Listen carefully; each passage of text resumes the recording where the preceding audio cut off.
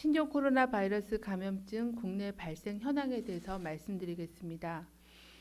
2020년 2월 11일 오전 9시 현재 3,629명의 의사 환자가 신고가 있었고, 금일 추가 확진 환자 1명을 포함하여 총 28명이 확진되었습니다. 2,736명은 검사 결과 음성으로 확인되었고 865명은 검사가 진행 중에 있습니다. 확진자의 접촉자는 총 1,769명 중에 795명이 현재 자가격리로 관리 중에 있습니다. 접촉자 중에는 11명이 환자로 확진이 되었습니다. 오늘 신규로 확진된 28번째 확진 환자에 대한 역학조사의 내용을 말씀드리겠습니다. 28번째 환자는 89년생 중국 국적의 여성입니다. 세 번째 확진 환자의 밀접 접촉자로 분류가 되어 1월 26일부터 자가격리를 하고 있는 중이었습니다.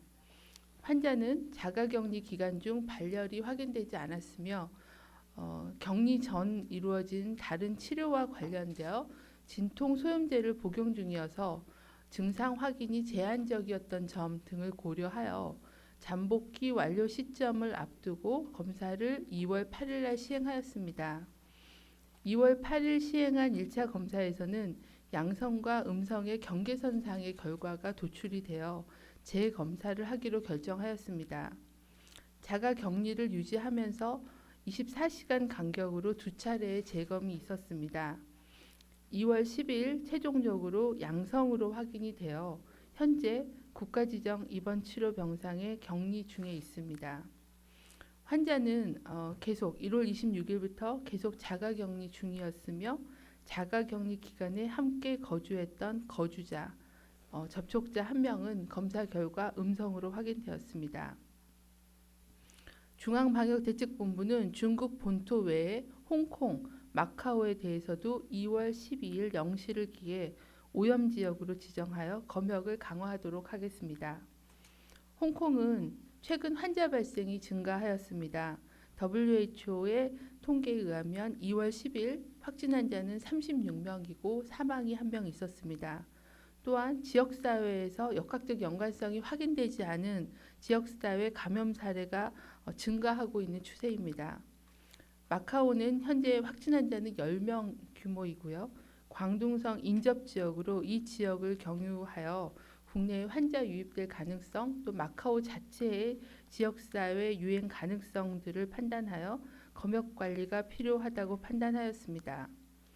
이에 홍콩, 중국 본토 외의 홍콩, 마카오를 신종 코로나 바이러스 감염증의 오염지역으로 지정하여 중국 본토의 검역과 동일한 절차의 특별 검역을 실시하도록 하겠습니다.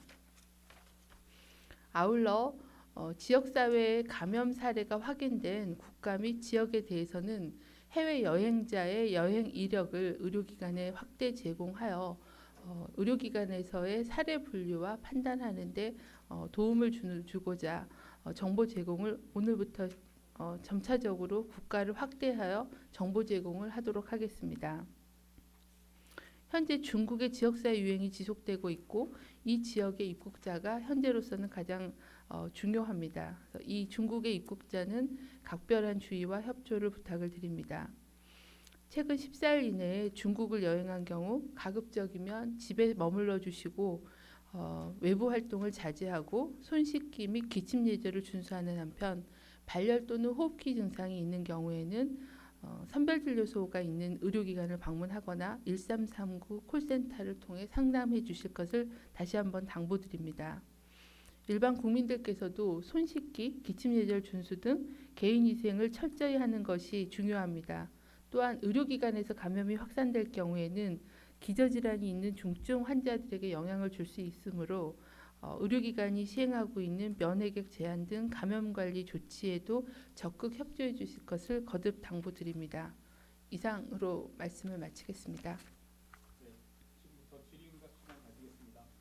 당상과 세종에 있는 기자님들께서는 도움 주는 직원분들께 순서를 좀 말씀해 주시기 바랍니다. 그럼 오송에 계신 기자님 먼저.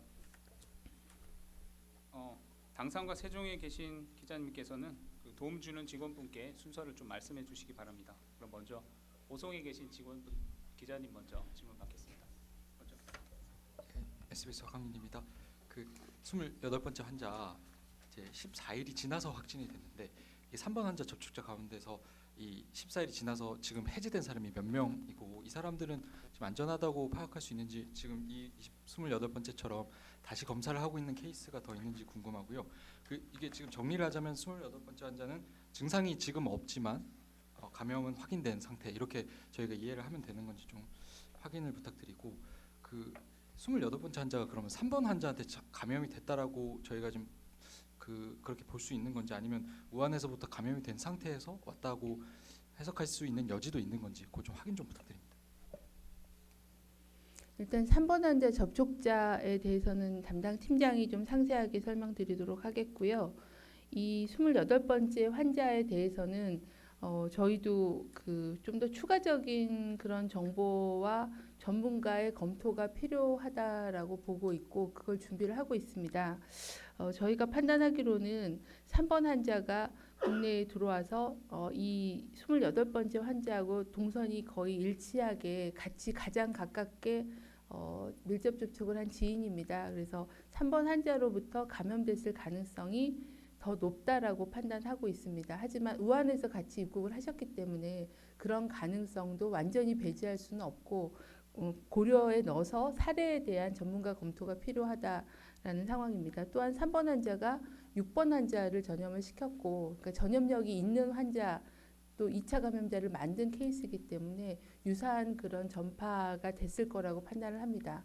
저희가 3번 환자에 대해서 28번째 환자에 대해서도 이게 새로운 이제 시작된 잠복기가 다 끝나서 발병한 거냐 아니면은 이분이 한 일주일 정도 진통소염제를 계속 복용을 하셨기 때문에 잠복기가 짧아서 한 3, 4일, 일주일 그 잠복기 기간 동안에 계속 투약을 하고 계셨기 때문에 증상이 경미한 경우에는 증상이 있었어도 그걸 본인이 주관적으로 인지하기 어렵거나 그거를 이제 그게 증상이 좀 숨겨졌을 가능성 이런 가능성도 또 하나의 가능성으로 보고 있기 때문에 이 사례에 대해서는 격리 입원 이후의 어떤 경과, 바이러스의 타이터의 변화되거나 임상 증상의 변화나 이런 것들을까지로 포함해서 이 사례에 대한 전문가 판단을 거쳐서 감염 경로에 대한 부분들 그런 부분들에 대한 해석이 필요하다라고 보고 있습니다. 네, 답변 되셨습니다. 현재 저희가 판단하기로는 3번 환자하고의 밀접한 접촉으로 전파됐을 가능성 그리고 그 이후에 약간 경미한 증상이 있었지만 주관적인 그런 증상을 인지하지 못해서 조기에 환자로 발견되지 못했을 가능성도 있다라고는 보고 있습니다. 근데 이 다른 치료와 관련된 진통 소염제를 복용한 게 혹시 코로나 바이러스와 관련된 증상이었을 수 있을 가능성은 없나요? 그렇지는 않은데요. 코로나 바이러스의 증상이 발열이나 인후통, 몸살, 기침 같은 그런 증상일 수는 있는데 진통 소염제를 계속 복용하게 되시면 발열이나 이런 근육통, 인후통 이런 증상들은 본인이 이제 크게 느끼지 못할 수도 있고 연령이 젊으시기 때문에 그런 주관적인 증상에 대한 경미한 증상을 인지하지 못했을 가능성을 말씀을 드리는 거고요. 그 부분은 좀 더 그 환자가 격리 입원되어 있으니까 그런 14일간 자가격리 기간 동안의 어떤 경과들이나 이후에 진행되는 경과 입원 후에 또 증상이 발전이 되는지 그런 것들까지를 좀 보고 판단하는 게 필요하다라는 게 현재까지 저희 대책반의 검토 의견입니다. 제 질문하고 싶었던 게 이제 코로나가 아닌 다른 증상 어떤 증상 때문에 진통 소염제를 이분이 의학적인 처치를 받으셨어요. 그래서 그걸로 항생제, 진통 소염제를 일주일간 처방을 받으셔서 일주일 동안 계속 복용을 하고 계셨던 상황입니다. 코로나하고 상관없는 의학적 처치를 받으셨고 그 처치 결과에 의한 약 처방을 받으신 겁니다. 네. 예, 답변 되셨으면 다음 기자님 소속 말씀해 주시고 질문 주시기 바랍니다. 네, 저 KBS의 조진영 기자입니다. 본부장님 연일 고생 많으십니다. 질문 두 가지 드리고 싶은데요. 앞에 질문하고 조금 약간 중복되는 내용이기도 합니다. 중국에서 잠복 최장기가 24일까지 된다 이런 얘기도 나오고 오전에 국립중앙의료원 브리핑을 보면 데이터가 충분하지 않아서 이제 수정될 수 있다, 조치 사항들이 수정될 수 있다 이런 얘기들이 나오고 있는데 28번째 환자도 마찬가지로 이제 여러 가지 얘기가 나오고 있잖아요. 그래서 이게 무한 교민이라든지 자가격리하고 있는 국민들 14일이라는 이 격리 기간 이런 것들이 잠복기가 지금까지 보셨을 때 괜찮은 건지 혹은 이후에 좀 바뀔 수도 있는 건지 늘어날 수 있는 건지 이걸 하나 여쭙고 싶고요. 두 번째는 여기 내용에 보면 양성과 음성의 경계 손상의 결과 이렇게 나와 있는데 이게 제가 의학적 지식이 없어서 정확히 어떤 내용을 이야기하는지 잘 이해를 못하고 있습니다. 좀 설명해 주시면 감사하겠습니다. 네, 그 이제 저희도 그 중국에서 발표된 논문에서 그 병원에 입원한 환자의 사례를 분류를 해서 잠복기가 평균은 3일이다. 3일인데 그 잠복기의 범위가 0일에서 24일이다라고 발표한 논문을 저희도 봤습니다. 근데 이 논문이 아직 그 전문가 리뷰가 끝나서 정식 발표된 논문은 아니고 초고 형태로 제출된 그런 논문이었고요.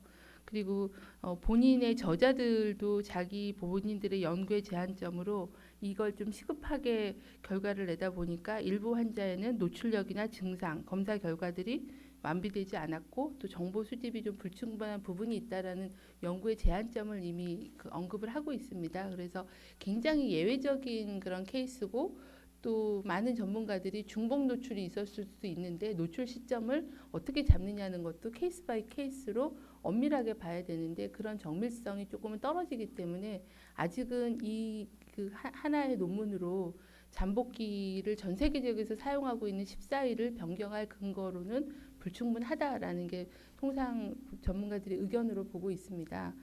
아시다시피 신종 코로나 바이러스 그 감염증이 신종 감염병이다 보니까 아직 명확하게 밝혀져 있지 않은 것들은 많은데 우리나라의 그 확진 환자들의 역학적인 특성을 분석해 보면 잠복기가 한 4일, 3, 4일 정도가 가장 많고 또 길어도 한 7일, 뭐 8일 이내로 지금 분석은 되고 있는데 저희도 케이스가 많지 않기 때문에 좀 더 상황을 봐야 됩니다. 그래서 지금 24일 잠복기를 근거를 가지고 모든 관리 기준을 바꾸는 거는 그거는 적절하지 않다. 그거는 이제 계속 그 상황을 보겠다라는 말씀을 드리고요.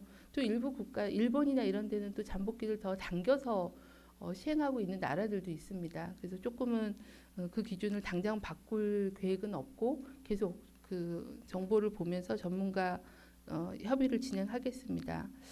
그리고 경계선상이라는 게 이제 보통 저희가 검사를 하게 되면 양성이 있고 음성이 있는데 그냥 영어로는 이큐보칼이라고 그래서 양쪽을 걸치고 있어서 판정하기가 애매한 수치를 미결정이라고 보통 검사에서는 판정을 합니다. 그래서 저희가 하고 있는 PCR도 그런 미결정 판정이 나오면 재검을 해서 확인을 하고 있습니다. 양성일 수도 있고 음성일 수도. 그건 뭐냐면 바이러스의 양이 굉장히 적기 때문에 굉장히 미세한 그 경계선상에 있다라는 말 그대로 그런 의미이기 때문에 재검을 통해서 재확인해야 되는 대상으로 그래서 검사 결과가 경계선상에 있어서 판정이 미결정이기 때문에 재검을 한다라는 의미로 이해하시면 되겠고요. 이분도 한 3번 정도를 검사를 했는데 바이러스의 양이 되게 경미하게 미미하게 양이 적었습니다. 그러다 보니까 양성 음성의 경계선상을 계속 왔다 갔다 하다가 마지막 검사할 때는 조금 그 양성 범위 안에 들어와서 양성으로 지금은 판단을 하고 조치를 취한 상황입니다. 그럼 다음 질문 받겠습니다. 오송사 기자님. 네, 브릿지경제 박명원입니다. 70대인 25번 환자 현재 상태와 그리고 추가 퇴원이 가능한 환자가 있는지 궁금하고요. 자가격리 중인 상태에서 확진되긴 했지만 계속해서 확진 환자가 늘어나고 있는데 앞으로도 신종 코로나가 계속 확산세를 유지할 것인지 혹은 언제쯤 감소세에 접어들 것인지 예상하는 지점이 있다면 말씀 부탁드리겠습니다. 네, 환자 상태는 저희 곽진 팀장이 좀 설명해 주시고요. 추가 퇴원 환자 여부도 설명해 주시고요. 확진 환자가 지금 이제 저희가 예상 조금 우려하고 예의주시했던 거는 2월 7일부터 민간 의료기관으로 검사가 확대되면서 검사의 물량이 굉장히 많이 늘었습니다. 그렇게 되면은 이제 그동안에 사례 정의도 확대하고 하면서 많은 의심 환자들이 검사를 받으실 거고 양성자가 굉장히 많이 나올 수 있겠다라는 그런 예측을 하고 있었는데 그렇게까지 양성자가 많이 지금 도출되고 있지는 않은 상황이어서 전문가들도 그 부분을 예측하기 어려워서 같이 상황을 보고 있는 중이어서 모니터링이 계속 필요한 상황이고요. 그리고 우리나라에서 이게 얼마나 확산될 거냐에 대해서는 이제 중국의 유행 상황, 중국으로부터 유입되는 그런 어떤 그 감염자의 규모에 따라서 영향을 받을 수 있다고 생각을 합니다. 그래서 지금 중국이 춘절 이후에 발표하는 환자 수는 약간 감소 추세나 정체 수준을 보여주고는 있는 상황이고 가장 많이 환자가 생기는 거는 아직도 그 후베이성이 한 70% 이상 환자를 차지하고 있고 거기는 엄격하게 통제를 하고 있는 그런 상황이기 때문에 아직은 뭐 낙관을 하거나 비관을 하거나 이렇게 전망하기는 쉽지는 않습니다. 그래서 중국의 유행 동향을 계속 보고 우리나라도 우리나라 지역사회의 환자 감시를 하면서 얼마나 더 환자들이 발생하는지 이런 것들을 조금 더 지켜봐야 확산세에 대한 전망이나 이런 거는 좀 할 수 있을 것 같습니다. 그래서 아직까지는 유입에 대한 차단 그리고 신속한 그런 진단 검사를 통해서 환자를 조기 발견해서 좋지 않은 그런 차단 방지하는 정책을 집중하고 있고 한편으로는 이제 병상에 대한 계획을 세운다거나 하는 그런 그 계획들도 같이 대비를 하고 있는 상황입니다. 환자 정보 관련해서는 곽진 팀장이 설명드리겠습니다.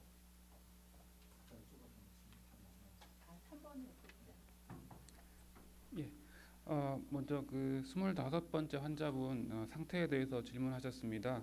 73세 여자분이신데 그 처음에 이제 발생하신 증상은 발열과 기침, 인후통이 있으신 상태로 진료 받으시고 입원하셨습니다. 근데 입원 이후에는 다행히 경과가 좋으셔서 현재는 이제 증상이 특별한 호흡기 증상은 없으신 상태로 안정적인 상태로 있으신 상태입니다. 치료받고 계신 상태입니다. 그리고 그 퇴원에 대해서 물으셨는데요. 일단 저희가 그 격리 해제를 검토를 이제 계속 그 새롭게 이렇게 격리 해제가 되실 수 있는 분들을 확인을 하고 있고 일단은 내일 정도에는 또 추가로 격리 해제가 가능하신 분들이 있을 수도 있는데 그거는 이제 또 전문가분들하고 저희가 검토를 거쳐서 확정이 되면 또 더 추가로 말씀드리도록 하겠습니다. 혹시 몇 번 환자인지 말씀해 주실 수 있나요? 변동이 가능하기 때문에 그거는 조금 양해해 주시기 바랍니다.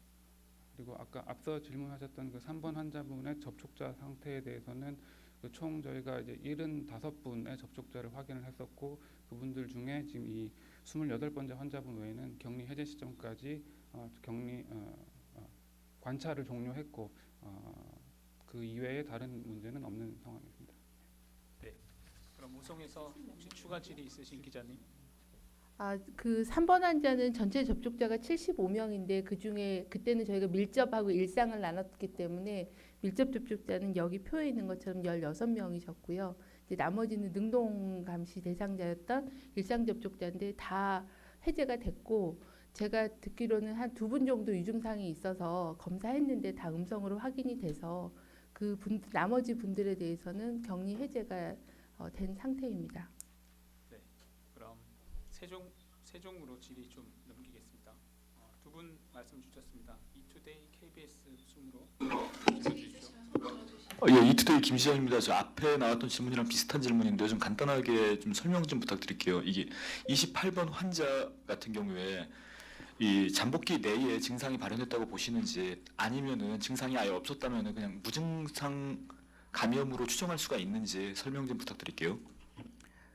28번 사례는 저희가 말씀드린 것처럼 이제 가장 흔한 잠복기가 7일이라고 하면 7일 이내의 증상 여부를 매일 체크를 했습니다. 본인이 주관적으로 증상이 있다고 말씀하신 증상은 없었고 발열도 없는 상황으로 일주일 정도를 보내셨는데 그 기간 동안에 항생제와 진통 소염제 약을 복용하고 계셨기 때문에 혹시라도 그때 경미한 증상이 있거나 했을지라도 그런 약으로 인해서 증상이 좀 이렇게 숨겨졌을 가능성 그리고 본인이 인지하지 못했을 가능성도 있을 수 있다라는 그런 가능성을 저희가 말씀드렸던 거고요. 그런 점들을 고려해서 전문가의 사례 리뷰가 필요한 케이스로 좀 더 사례에 대한 정보들을 더 면밀하게 조사를 해보고 말씀을 드리겠습니다. 그렇게 해야 이게 무증상 감염인지 아니면은 그럴 잠복기 내에 발병을 했으나 경비에서 발견을 못한 건지 그런 거에 대한 판단을 할 수 있을 것 같고요. 또 하나는 저희가 이제 보고자 하는 거는 이분이 이제 격리 입원 조치됐기 때문에 좀 더 정밀한 그런 의료진의 면담을 거쳐야 되고요. 또 이분이 이제야 발병이 되는 초기라고 하면 증상이 이후엔 더 진행이 될 수도 있고 또 PCR 검사에서 더 바이러스가 증가할 수도 있기 때문에 그런 경과들까지도 좀 넣고 판단을 해야 이 사례에 대한 정확한 해석이 가능할 것 같습니다. 현재 저희 대책반이 보고 있는 거는 잠복기 내에 발병했을 가능성 그런 부분들을 좀 배제해야 된다라고 보고 있습니다. 네, 다음 기자님. 세종에서 KBS 기자님.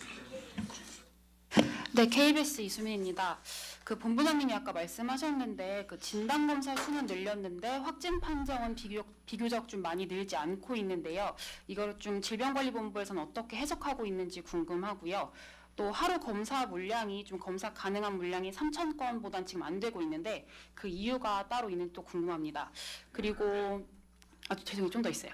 그리고 지역사회 감염 대비해서 지금 에이즈 치료제 칼레트라랑 항말라리아 약제 재고분이 어느 정도 남아있는지 이 약으로 몇 명이 쓸 수 있는 건지 현재 뭐 재고 확보는 가능한지 궁금하고요.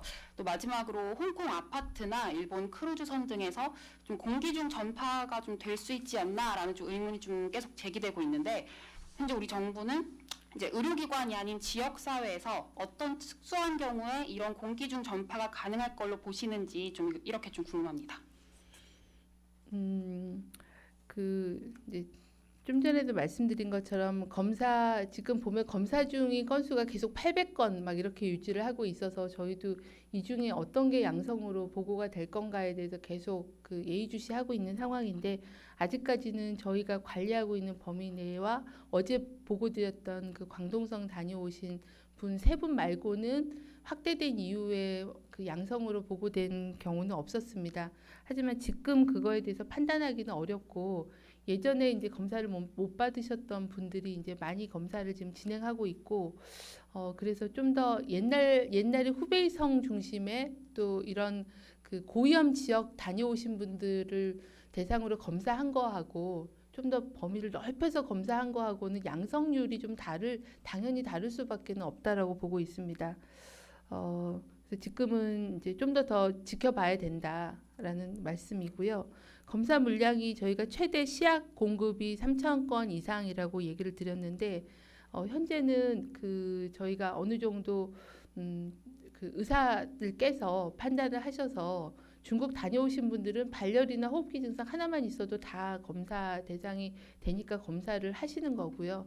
나머지 이제 동남아 국가를 다녀오신 분들은 조금 선별을 해서 검사를 진행하고 있으셔서 그 부분에 대해서는 일단 선별진료소에서의 어떤 판단이 그 정도의 검사 대상자를 선정하신 걸로 그렇게 이해하고 있습니다. 치료제는 칼레트라하고 항말라리아 약제를 쓰시는 거를 이제 중앙임상 TF에서 진료 지침안을 만들고 계시는데요. 아직은 확진 환자 수가 적어서 그 환자분들의 약을 쓰는 데는 어려움은 없는 상황이고요. 칼레트라는 이제 우리나라에서 어느 정도 보편적으로 사용하고 있는 약으로 알고 있고 저희가 소화용 시럽도 혹시나 소화 환자가 생겼을 때 대비하여 칼레트라 시럽을 그거는 국내에 들어와 있는 제품이 없어서 식약처의 희귀필수의약품 센터를 통해서 구매를 해서 보유를 하고 있는 그런 상황입니다. 그래서 그런 치료제에 대해서는 관리를 하고 있고 좀 더 재고나 물량에 대해서는 좀 더 정교하게 모니터링을 하도록 하겠습니다. 공기 전파에 대해서는 오전에 그 중앙임상 TF에서도 답변을 드린 거를 저도 봤는데요. 기본적으로는 비말 감염이 주된 감염 경로라고 다들 판단을 하고 있고 드물게 아주 밀폐된 공간에서 대량의 에어로졸이 만들어지는 그런 환경이 조성이 되면 일부 부분적으로 공기 전파는 가능하다. 그런데 그 대량의 에어로졸이 나오는 환경이라는 게 대부분은 병원에서 뭔가 석션을 하거나 아니면 인공호흡기를 하거나 기관지 내시경을 하거나 하는 그런 뭔가 의료적인 처치를 하면서 많이 발생하는 그런 상황이기 때문에 이제 의료기관 내에서의 그런 환자 관리에서 주의해야 되는, 그래서 의료진들은 뭐 N95 마스크 쓰고 하는 게 그런 공기 전파까지도 이제 차단할 수 있는 그런 환자 관리를 진행하고 있는 그런 상황입니다. 그래서 지역 사회에서의 그런 공기 전파가 생길 수 있는 그런 환경 조성은 거의 드물 거다라고 판단을 하고 있습니다. 일본 크루즈인 경우에는 뭐 그 내부 사정을 저희가 알 수는 없으나 굉장히 그 좁은 밀폐된 공간에서 접촉을 통한 감염도 상당히 많이 일어날 수 있을 거라고 생각합니다. 비말도 있지만 그 환자분들의 어떤 분비물, 호흡기 분비물들이 뭐 공용 시설이나 뭐 이런 공간을 통해서 오염이 됐다고 하면 그런 접촉을 통해서도 감염이 일어날 수 있기 때문에 그 상황만 가지고 공기 전파가 있었다라고 보기에는 제한적이다.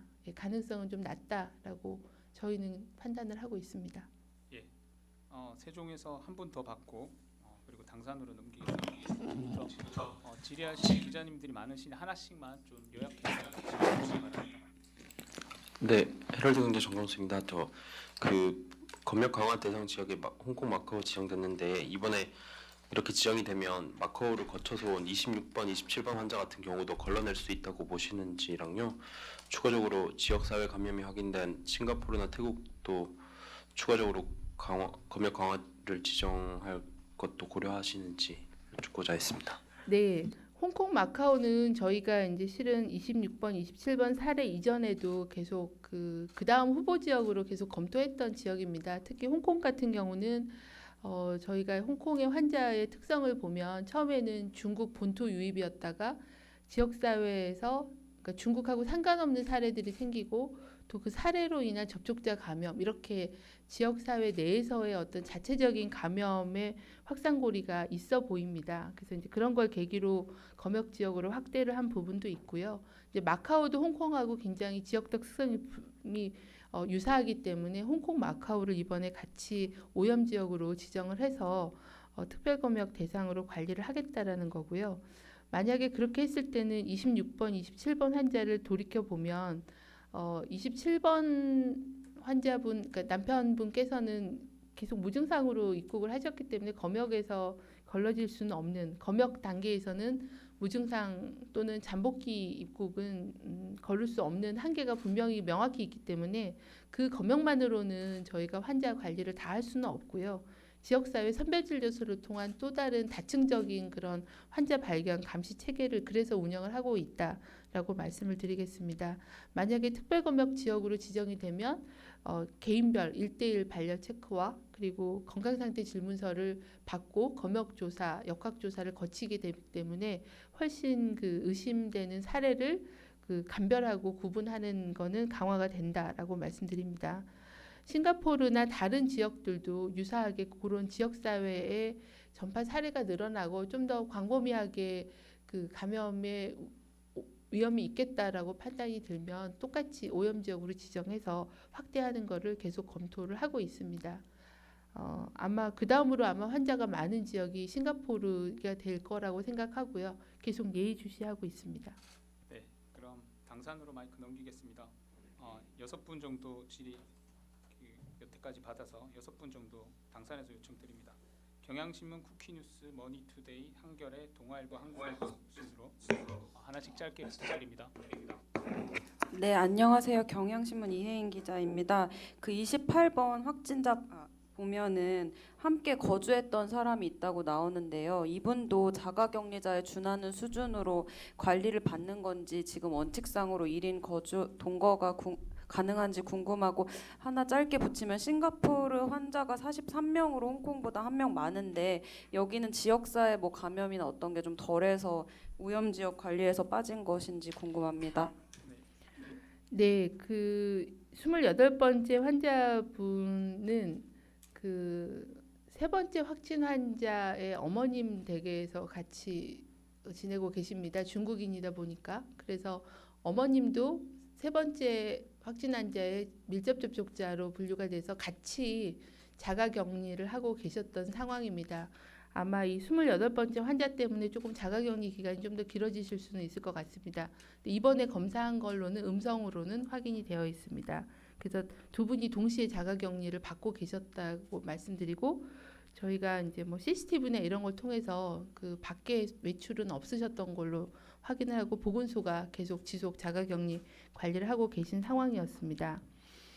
그리고 싱가포르도 지금 확진 환자가 43명이고 또 지역 내에서 그 중국 유입하고 상관없이 발생한 환자 수가 오늘 WHO 통계를 보시면은 네, 22명으로 분류를 하고 있는 상황이어서 싱가포르 정부도 지역 내 감염이 확인이 됐고 그래서 위기 단계를 오렌지로 등급을 하나 올려서 대응을 하고 있다라고 보도가 됐었습니다. 그래서 저희도 싱가포르에 대해서는 좀 더 계속 그 환자 발생 동향, 뭐 증가하는 속도 그리고 환자의 어떤 내용적인 그런 역학적인 연관성 부분 그런 걸 검토해서 판단하도록 그렇게 하겠습니다. 네, 쿠키뉴스 기자님. 뉴스의 김양균 기자입니다. 그 28번 환자 제가 다시 여쭙고 싶은데요. 그 국내에서 잠복기 14일을 넘어선 사례가 처음인데 그 앞서 그 질의응답에서 본부장님께서 알려지지 않는 신종 감염병이라고 말씀하셨는데 그렇다면은 여러 가능성을 두고서 좀 방역 대책을 대비하는 게 중요하지 않았나 싶은 생각이 드는데요. 당초에 그 정부에서 이런 예외적 케이스 잠복기를 14일을 넘어선 예외적 케이스를 고려한 방역 대책이 혹시 대비해 둔 적이 있었는지 궁금하고요. 또 하나는 그 공기 전파 가능성이 높지 않다고 지금 설명을 계속 하시는데 홍콩 방역 당국에서는 에어컨을 통한 확산 가능성을 제기하고 에어컨 사용하지 말 것을 좀 권고하고 있는데 마찬가지로 그 신종 코로나가 이 신종 감염병이기 때문에 좀 여러 가능성을 공기 전파 등 여러 가능성을 좀 면밀하게 검토해야 되는 거 아닌가 싶은데 네. 어떻게 보시는지요? 네, 그 지적하신 말씀에 다 동의합니다.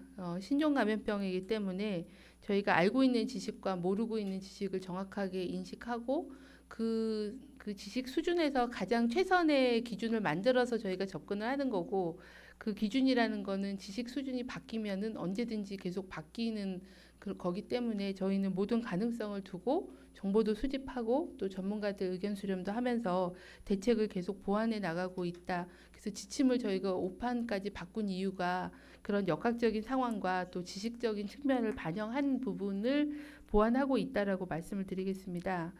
그리고 이게 잠복기가 14일 넘어서 발병한 사례라는 거를 아직 확정한 건 아닙니다. 말씀드린 대로 이 사람에 대한 그 어떤 심층 조사와 추후에 모니터링한 결과를 놓고 판정을 해야 되기 때문에 잠복기가 넘어서 양성으로 확인된 사례는 맞지만 잠복기가 14일이 지나서 발병한 케이스라고 현재는 확정하지는 않고 있다라는 말씀을 다시 드립니다. 가능성에 대해서는 계속 열어두고 이런 예외적인 사례나 추가적인 그런 정보, 지식이 쌓이게 되면 계속 지침 대책은 보완해 나가겠습니다. 공기 전파에 대한 부분들도 이제 마찬가지입니다. 이게 100% 아니다라고 말씀을 드리는 것이 아니라 여러 그런 공기 전파가 생길 수도 있는 그런 환경들이 그런 환경이기 때문에 그럴 때는 또 접촉자의 범위나 이런 것도 넓게 설정해야 되기 때문에 그런 부분들도 염두에 두고 지침이나 이런 것들은 계속 그 작성하고 대응하도록 하겠습니다. 네, 다음 머니투데이 기자님. 네, 안녕하세요. 머니투데이 김근희 기자인데요. 28번 환자분이 이 3번 환자분하고 접촉한 시점이 언젠지가 좀 궁금한데요. 이 3번 환자분이 22일 낮 1시부터 증상 발현을 했다고 했는데 이때 이전인지 이후인지 좀 구체적으로 언제인지가 좀 궁금하고요. 그다음에 그 지금 홍콩하고 마카오를 그 오염 지역으로 지정하신다고 하셨는데 이 오염 지역으로 지정하면 여행 경보도 같이 상향이 되는 건지 이건 아니면 다른 트랙에서 진행되는 건지 궁금하고요. 그 마지막으로 하나만 더요. 마지막으로 그 25번 환자분이 그 지난 7일 날 그 선별진료소 갔을 때 거기가 뭐 그게 첫날이라 혼선이 생겨서 뭐 검사를 못 받았다고 했는데 거기 보건소 측에서 얘기하기로는 이 어디다 수탁 의뢰를 해야 될지 질본에서 발표를 안 한 상태여가지고 할 수가 없었다라고 하는데 그게 맞는 건지 좀 궁금합니다. 네, 3번 환자, 세 번째 확진 환자와 28번째 확진 환자는 1월 20일 날 같이 입국하셔서 그 확진되고 자가격리 될 때까지 거의 동선이 일치합니다. 그래서 가장 많이 노출이 되셨던 접촉자라고 보시면 되겠습니다. 대부분 3번 환자의 동선에 대부분의 일정을 같이 수행했기 때문에 계속 접촉 노출이 있었다라고 보시면 되겠고요. 그리고 확진 환자가 이제 세 번째 확진 환자가 되면서 이제 자가격리로 넘어가게 된 겁니다. 그리고 홍콩 마카오에 대해서는 오염 지역 지정하고 그 여행 경보에 대한 부분들은 이렇게 반드시 일치하지는 않습니다. 저희가 다른 오염 지역도 되게 외교부가 하고 있는 그런 여행 경보 기준하고 일치하지는 않고 그거는 이제 또 다른 위험도에 대한 평가나 이런 걸 고려하고요. 오늘 저희가 이제 중수본 발표할 때 지역사 유행이 발생하고 있는 지역들을 홍콩, 마카오 포함해서 일본, 뭐 말레이시아 이런 데는 여행 자제, 여행을 최소화하라는 그런 권고를 중수본 차원에서 권고하는 거는 진행을 하고 있습니다. 그리고 25번째 확진 환자에 대해서는 이제 그게 말씀드린 대로 그 9시부터 바뀐 그 사례 정의를 적용을 하는데 수탁 검사가 가능한 기관에 대한 명단이나 이런 건 저희가 공개를 하고 제공을 했으나 이게 일선 의료기관이나 일선 보건소까지 전파되고 그 확인되는 데는 시간이 좀 소요가 되었다. 그 사이에 혼선이 좀 있었다라고 말씀을 드립니다. 네. 한겨레 기자님. 네, 한겨레 신문 박다혜 기자입니다. 저 질문이 3개가 있는데요. 하나는 이 오늘 밝히신 홍콩과 마카오가 검역 강화한다는 게 이게 특별 입국 절차를 동일하게 적용한다는 의미인지 궁금하고요. 또 하나는 이제 중국의 지역 내 전파가 확인되거나 추정된 사례로 보고된 나라가 12개국으로 이제 발표가 돼 있는데 왜 6개국만 이제 여행 자제로 판단을 내리셨는지 혹시 그 판단 배경이 있는지 궁금하고요. 마지막은 오늘 중국 그 전역 31개 성급 행정구역에서 그 임상 결과가 나온 논문이 있는데 이 논문을 보면은 이제 확진 환자들이 초기에 발열 증상을 나타내는 그러니까 진단 당시에 환자의 43.8%는 고열 증상이 없었다고 이렇게 밝혔는데 그렇다면 이제 발열을 기준으로 하고 있는 검역이나 이런 진단 같은 게 좀 한계가 있을 수 있는 거 아닌지 그 부분이 궁금합니다. 네, 홍콩, 마카오는 이제 오염 지역으로 지정을 해서 그 특별 검역을 중국 본토하고 동일한 절차를 적용해서 진행을 합니다. 그래서 아마 그 비행기 입국하는 것부터 조정을 해서 중국 본토 검역하는 그 입국장 쪽으로 안내를 해서 진행을 하도록 준비를 하고 있습니다. 동일한 절차가 적용된다라고 말씀드리겠고요. 그다음에 이제 지역사회 전파가 있었던 그 국가는 더 있는데 왜 6개국만 하시냐는 질문이셨는데요. 그 7쪽에 저희가 WHO가 매일매일 이 통계를 발표를 하고 있어서 그거를 참고로 이제 매일 전달을 해드리기로 어제 말씀을 드려서 표를 실었습니다. 그래서 거기에 보면은 총 확진 환자 수가 있고 중국 여행력이 연관된 그런 환자 수와 여행력이 없이 지역에서 확진의 환자 수를 구분해서 현재 통계를 내고 있습니다. 근데 이 지역 중에서도 특히 중국하고의 교류가 많고 또 그런 교류로 인해서 지역사회 전파의 위험성이 좀 더 있다라고 판단한 동남아시아 지역을 중심으로 해서 지금은 접근을 하고 있고요.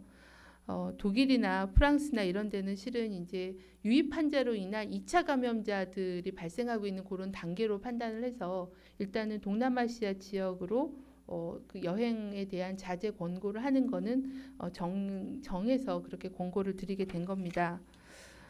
그리고 논문에 대한 거는 그래서 저희도 발열이 없거나 아니면 저희의 발열 기준은 이제 38.2도씨나 3도씨 이상의 고열 발열 기준을 현재 쓰고 있지는 않고 37.5도라는 좀 더 낮은 그런 온도 기준을 사용하고 있습니다. 사례 정의에. 거기서 걸러지면 그걸 가지고 이제 좀 더 정밀한 임상 증상을 확인하고 조사하겠다는 그런 의미로 발열 기준이 굉장히 낮게 설정되어 있다라는 점과 우리의 사례 정의가 발열 또는 호흡기 증상이 있기 때문에 발열이 없더라도 기침이나 인후통 같은 그런 다른 호흡기 증상 하나만 있어도 현재는 검사 대상 의사 환자로 보고 조치나 검사를 취하고 있기 때문에 굉장히 초기 증상부터 관리를 하고 있는 그런 기준을 그래서 가지고 있다라고 말씀을 드리겠습니다. 예전에는 저희가 발열이 있으면서 호흡기 증상이 있는 경우를 사례로 분류를 했는데 지금은 발열이 없더라도 호흡기 증상만 있어도 사례로 관리를 하고 있는 그런 상황입니다. 그런 임상적인 특성이 반영된 사례 정의로 보시면 되겠습니다. 네, 한 40분 정도 질의응답 진행하고 있습니다. 질문과 답변 짧게 부탁드리겠습니다. 서울에서 동아일보, 한국일보 기자님 순으로 질문 주십시오. 네, 저 동아일보 위은지 기자인데요. 28번 환자 관련 질문 드리려고 하는데 이분이 8일에 확진 판정 검사를 위해서 검체를 채취한 시간이 정확히 몇 시 몇 분이었는지 좀 부탁드리고 또 28번 환자의 자가 격리 기간이 그럼 구체적으로 26일 0시부터 8일 23시 59분까지가 맞는지 또 확인 좀 부탁드리고요. 그리고 이분이 8일 이전에 뭐 자가격리가 시작된 시점이라든지 다른 시점에 검사를 받은 적이 있다면 그때는 언제였는지 그것도 조금 부탁드리겠습니다. 네, 검체 채취 시간, 자가격리가 실제 시작한 시간 정보는 현재 저희가 가지고 있지는 않습니다. 그 부분은 보건소 통해서 확인을 해서 말씀을 드려야 될 것 같습니다. 그리고 2월 8일 이전에는 검사를 받으신 적은 없으십니다. 다음 한국일보 기자님. 예, 한국일보 김민호입니다. 아까 설명을 저 질문 두 가지인데요. 먼저 아까 설명 좀 보충 부탁드리는 게 바이러스가 적게 검출됐다라고 하셨는데 28번 환자요. 뭐 보도 참고하니까 바이러스가 직접 검출됐느냐 아니냐라기보다는 뭐 바이러스가 있는지 없는지 판단하는 어떤 수치가 있는 것 같은데 그 설명 전문적인 것 좀 부탁드리고요. 네. 두 번째 질문은 28번 환자 말씀 들어보니까 발병 시기는 14일 잠복기 이내이나 증상이 잘 포착되지 않는 경증 환자로 지금 가능성이 큰 것 같은데 보고 계시는 것 같은데 이런 상황에서 주변에 바이러스 전파할 수 있는지 배출이 되는지 본인한테도 약간 미약한 상황에서 주변에 바이러스 배출할 가능성이 있는지 좀 여쭤봅니다. 예. 네, 제가 말씀을 정확하게 못 드렸네요. 바이러스가 적게 검출됐다가 아니라 이제 PCR 검사는 유전자 검사이기 때문에 살아있는 바이러스를 검출한다기보다 바이러스의 조각, 유전자 조각이 있는지를 검사를 하는 거기 때문에 PCR 검사가 양성이라고 그래서 전염력이 있다라고 보지는 않습니다. 그러니까 살아있는 바이러스는 세포 배양을 해야만 그러니까 살아있는지 전염력이 있는지를 보기 때문에 그런 검사는 2, 3주가 걸리기 때문에 간단한 바이러스의 유전자의 일부 조각을 검사하는 검사법이기 때문에 그것만 가지고서는 바이러스가 살아있다, 전염력이 있다 그렇게 판단하지는 않습니다. 그리고 이제 수치를 얘기를 했는데 저희가 보통 바이러스 바이러스의 양을 추정하는 수치를 CT 값이라고 표현을 하는데 대략 CT 값이 한 35 정도면 그거보다 낮을 경우에는 양성으로 판정을 하고 그거보다 높으면은 음성 그리고 중간 경계선에서 있으면 검사를 하는데 유전자도 몇 개 유전자 사이트를 검사를 하기 때문에 각각의 사이트의 검사 이렇게 해서 굉장히 복잡한 그런 판단을 통해서 양성 음성 판정을 하게 됩니다. 이분의 예를 들면 CT 값이라고 하는 양성의 역치가 35인데 한 37, 38, 35를 넘어선 굉장히 약한 타이터의 양을 보였다라는 그런 의미고요. 양성이 나온 2월 10일 검사 결과도 양성치에 굉장히 근접한 그런 약한 양성을 보였다라는 그런 말씀으로 설명을 드린 거지 바이러스가 양성이다라는 것은 아닙니다. 그래서 감염력이 있다라는 것도 그 결과만 가지고서는 판단할 수는 없습니다. 근데 CT 값이 굉장히 낮으면 전염력이 있을 거다라고 추정을 하고 판단을 하고 있습니다.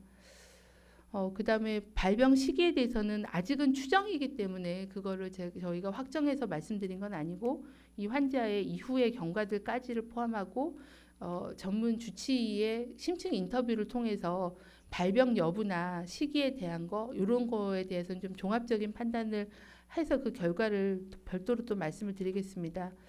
그 전파 가능성 경증이어도 지금 전파를 당연히 하기 때문에 만약에 그 투약을 하고 있었던 그 일주일 이내의 시기가 혹시라도 증상이 있었다고 하면 전염력이 있을 수 있었고 그때는 자가격리 상태였기 때문에 어머님이 이제 가장 위험한 분이셨을 거고 어머님은 현재는 검사 결과는 음성이기 때문에 그런 것까지를 감안해서 종합적인 판단이 필요한 좀 복합적인 그런 사례라고 보고 있습니다. 네, 다음은 세종의 뉴스핌 기자님 질의 듣고 또 오성으로 넘기겠습니다. 네, 뉴스핌 강혜원입니다. 11번 확진자요.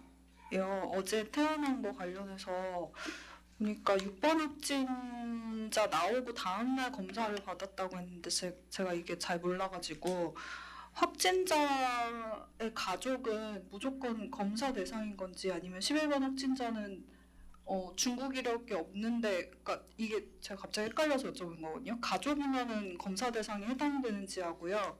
그리고 제가 또 헷갈리는 게 확진 환자 현황 중에서 접촉자 수랑 격리 조치 숫자를 같이 정리를 해주시는데 저번에 이제 접촉자 기준을 없애고 나서 이제 밀접 접촉자랑 일상이랑 없애고 나서 이거 그냥 접촉자면 무조건 자가격리를 한다고 저는 그때 이해를 했었는데 이게 격리 조치 되는 거랑 숫자가 왜 다른지 하고요.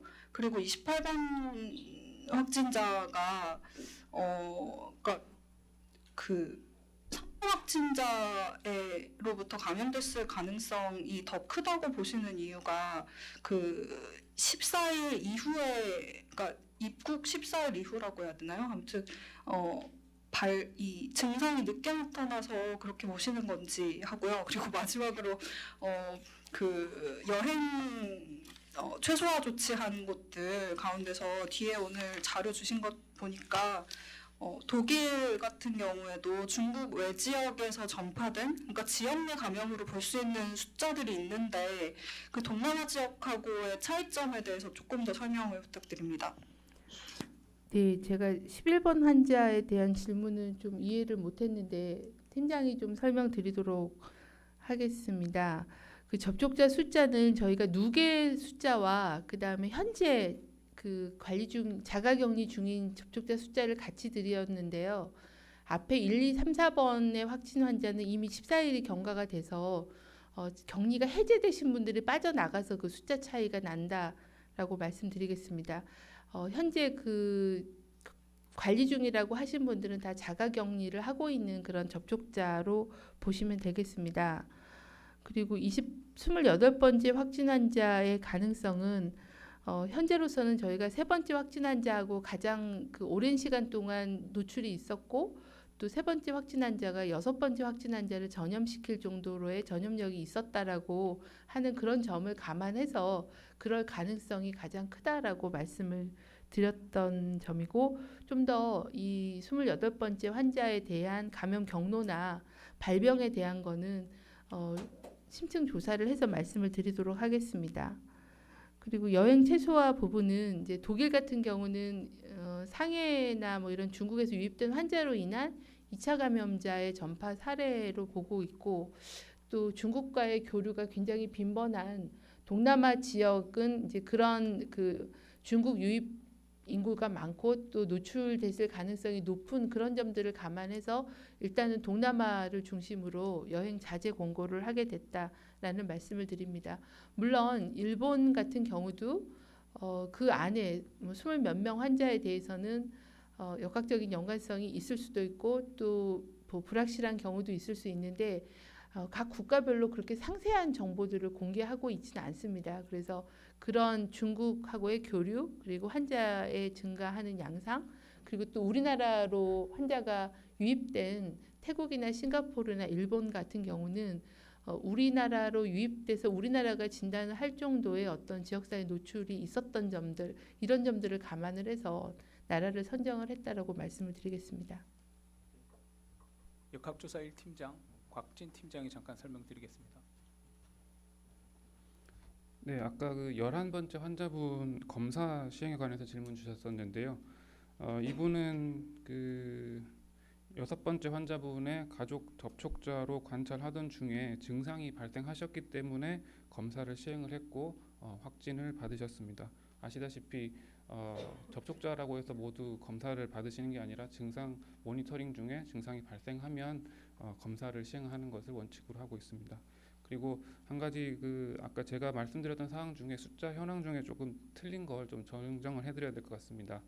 아까 그 3번째 확진자분의 접촉자 숫자 아까 질문 주셨었는데요. 제가 다른 환자랑 혼동이 있었는데 총 98명의 접촉자가 확인이 됐었고 그 중에 16명이 격리 대상, 82분 82명이 능동감시 대상이었습니다. 그리고 이분들에 대해서 관찰을 종료 시점까지 총 2명의 확진자가 발생했습니다. 아시다시피 6번 환자분하고 오늘 말씀드리는 28번째 환자분 이렇게 두 분이 되겠습니다. 네.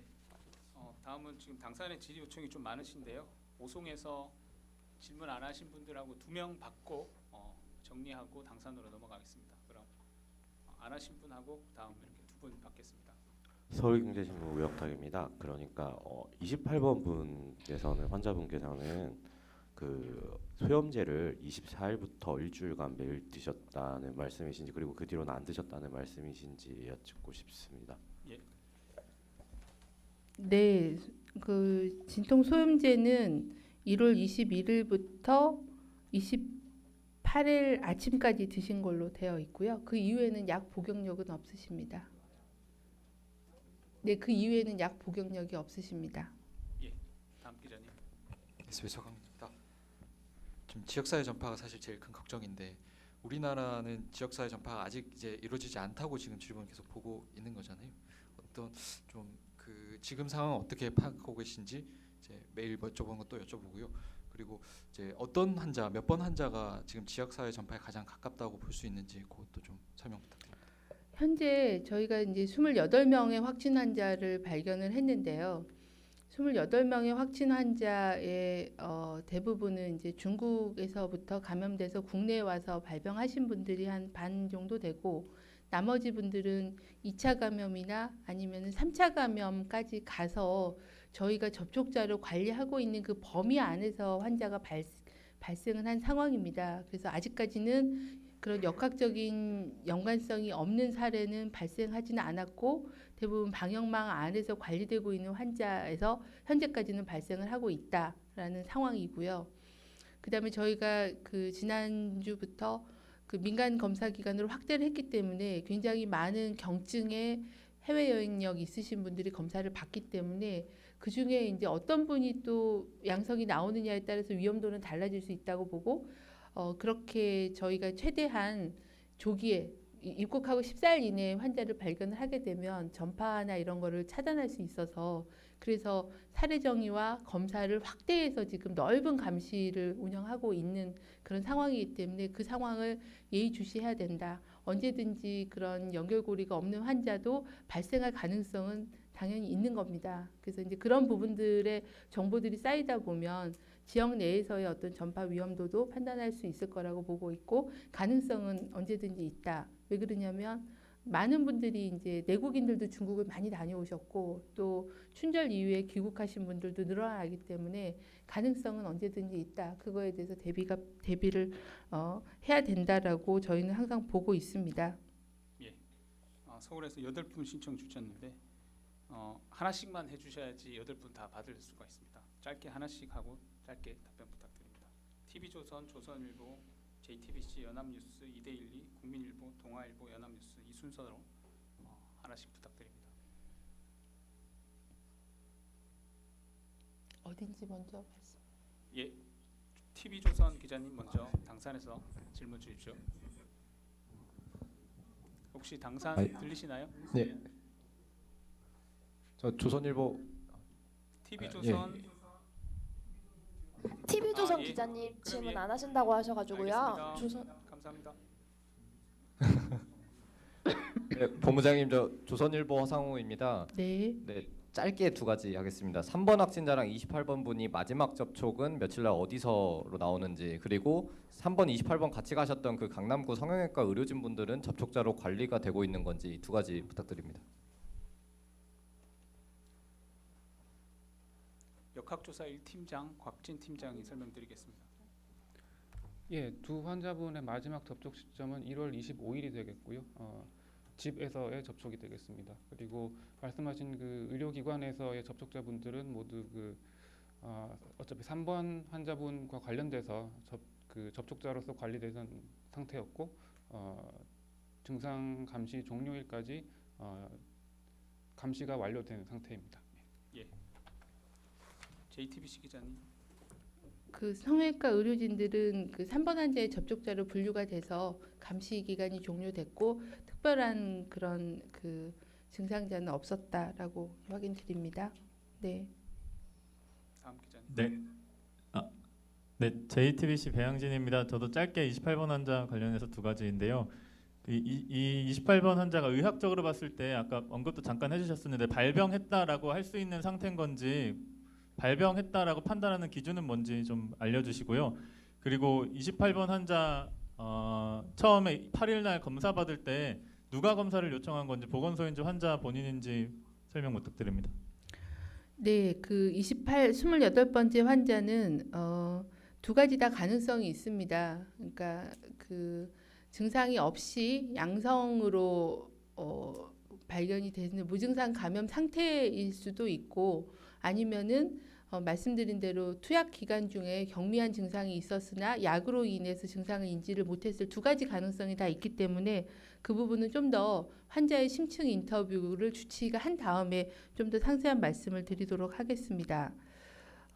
그리고 8일날 그 검사를 시행한 그거는 보건소가 시행한 걸로 그렇게 알고 있습니다. 환자의 요청보다는 보건소가 그런 이유로 아까 말씀드린 대로 이제 투약도 하셨고 또 격리 해제하기 전에 정확하게 확인을 해서 격리 해제를 하겠다라는 그런 방침으로 보건소가 검사를 시행한 걸로 그렇게 알고 있습니다. 예. 연합뉴스 신재우 기자님. 네, 28번 환자가 오랫동안 격리 상태로 있었는데요. 이 환자 잠복기를 고려해도 14일이 지난 상태였는데 오랫동안 이게 격리 상태로 스스로 있었던 이유가 궁금합니다. 이분은 어쨌든 세 번째 확진 환자의 밀접 접촉자셨기 때문에 14일간 자가 격리를 보건소가 계속 관리를 하고 계셨던 상황입니다. 그리고 매일 발열을 확인했으나 발열은 없었고 또 특별하게 증상을 호소하지 않으셔서 그냥 자가 격리로 유지를 하셨던 상황이고요. 그리고 이게 이제 잠복기 14일을 넘어서의 양성이냐에 대해서는 언제 양성이 됐는지에 대한 시점을 저희가 정확히 확인할 수가 없기 때문에 심층 조사와 이후의 어떤 경과, 검사 결과의 변화 이런 걸 보고 종합적으로 판단을 해서 한번 설명을 드리도록 그렇게 하겠습니다. 네, 이대일 기자님. 네, 안녕하세요. 이데일리 이지연입니다. 그 일주일 동안은 그 약을 드셨고 그 다음 일주일 동안은 약을 안 드신 거잖아요. 네. 그 상태에서는 좀 증상이 전혀 없었는지 궁금합니다. 네, 자가격리 기간 중에는 보건소가 이렇게 계속 증상을 매일 발열 여부와 증상을 확인했는데 증상을 호소하지는 않으셨습니다. 네, 다음 기자님 국민일보 기자님. 네, 국민일보 안규영 기자입니다. 자가격리 조치라는 게 이제 혼자 있으면서 증상 지켜보자는 그런 취지인데 28일까지 28번 환자가 약 먹었으면 26일에 자가격리 한 뒤에도 진통소염제를 먹은 건데 이래도 되는 건지, 보건소에는 이 사실을 언제부터 알았던 건지, 뭐 그러면 앞으로 자가격리자들이 진통소염제 먹는 거에 대해서 대응 방안 없는지, 이거 하나랑요.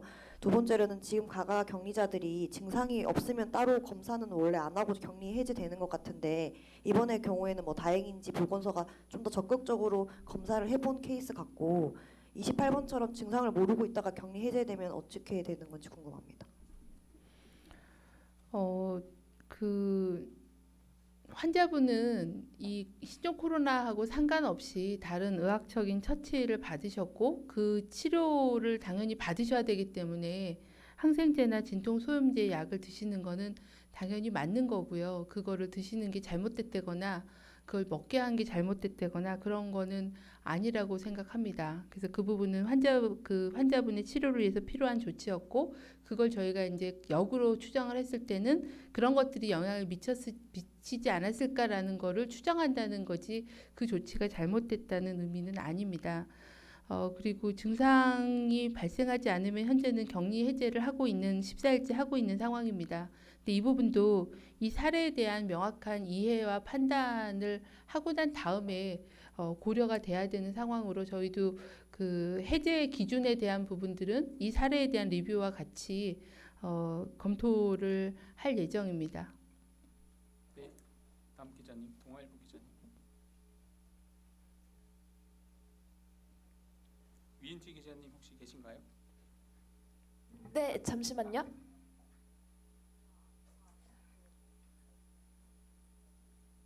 예, 그럼 연합뉴스 강혜란 기자님 먼저 질문 주십시오. 네, 연합뉴스 강혜란입니다. 그 하나만 여쭤보겠습니다. 그 3번 환자의 접촉자 현황을 보면은 그 8일 9시 기준으로는 접촉자 수 16명, 즉 격리 조치 중이 0명이고 9일 13시 기준으로는 격리 조치 중에 1명이 추가돼 있는데 이 추가된 1명이 그 지금 28번 환자인지 아닌지 확인 부탁드립니다. 예, 곽진 팀장이 설명드리겠습니다. 예, 말씀하신 내용이 맞고요. 그 8일자 현황표에는 저희가 이제 그날 격리 해제가 종료될 것으로 예상을 하고 0으로 표시를 했지만은 그 이 28번 환자분이 격리 해제되지 않았기 때문에 그 다음 날부터 다시 1로 표현했습니다. 네, 혹시 동아일보 위은지 기자님 계시면 질문 주십시오. 네, 저 동아일보 위인지 기자고요. 그럼 아까 팀장님 설명하신 말씀에 따르면 28번 환자가 이제 3번 환자하고 가장 길게 접촉을 했는데 그럼에도 불구하고 증상이 없었기 때문에 8일 이전에는 검사를 따로 시행하지는 않았다 이렇게 이해를 하면 될까요? 네, 맞습니다. 네, 그럼 예정된 시간이 되어서 그럼 정례 브리핑 이상 마치도록 하겠습니다. 추가 질의는 저희가 전화번호 3개를 보내드렸습니다. 그쪽 통해서 빠르게 답변 드리도록 하겠습니다. 참석해 주셔서 감사합니다.